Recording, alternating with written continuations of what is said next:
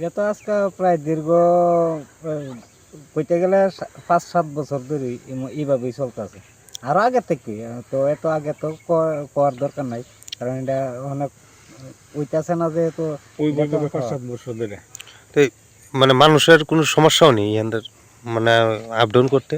Up down তো করতে সমস্যা হয়। এইদিকে আরেকটা রুট আছে, সেই রুটটারও ব্রিজ বালানা, এইদিকেও গাড়ি আইতে পারে না, হুম। তো এইদিকেও গাড়ি আইতে পারে না।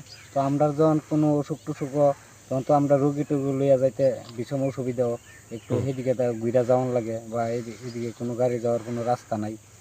তো আচ্ছা, এটা তো আমরা বিরাটই অসুবিধা। এ, মানে স্থানীয় যারা নেতৃত্বরা তারা জানেনি এখানে যে এই সমস্যা। তারা সবাই জানে, কিন্তু জানলে কি তৈব, তারা যখন এটা বৃষ্টির দিন আইব, যখন এটা বৃষ্টি জলে লইয়া যাইব গা, তখন আবার তারা বাসা বানাই দিয়া যায় আর কি।